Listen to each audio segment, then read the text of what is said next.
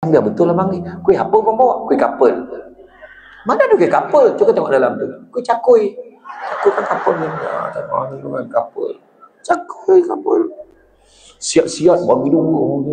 Nampak tak? Iya. Nampak komunikasi. Itu sebabnya kalau bercakap dengan suami ni, kalau mengajak jangan pakai postmate. Kadang suka tu.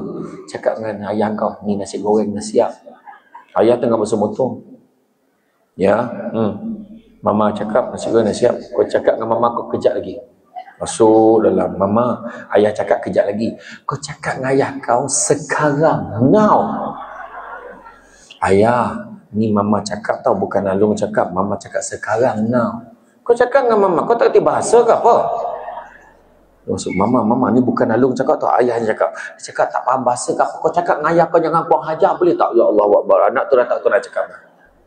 Apa salahnya suami tengah basuh motor, isteri datang dia gosok, abang. Ya.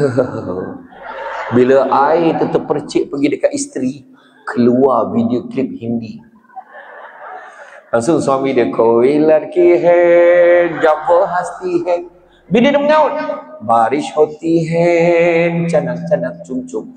Jiran ki kanan tu, cak dom dom cak, dom dom cak. Jadi video klip